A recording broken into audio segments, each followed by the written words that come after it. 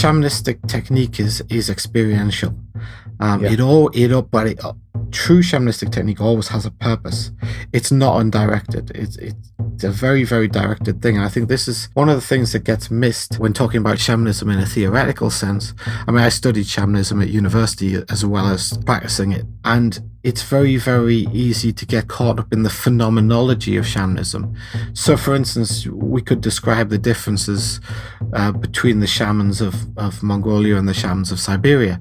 But actually, they've got so much in common that the differences are almost not worth discussing. They're so trivial, but in an academic setting, you have to pick up on something. You have to describe something. If you're not practicing, you're seeing shamanism from the outside in and not from the inside out.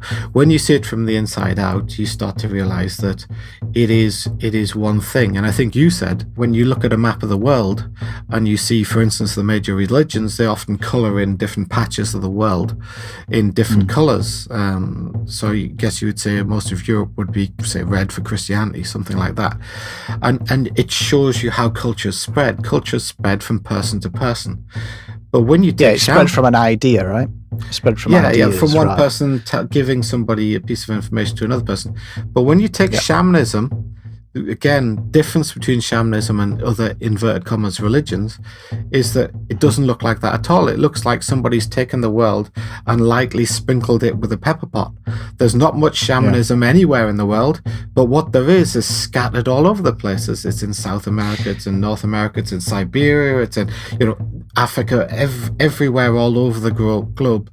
You'll find little pockets of shamanism. And apart from the phenomenology, apart from those little things, what do they make their little trinkets out of?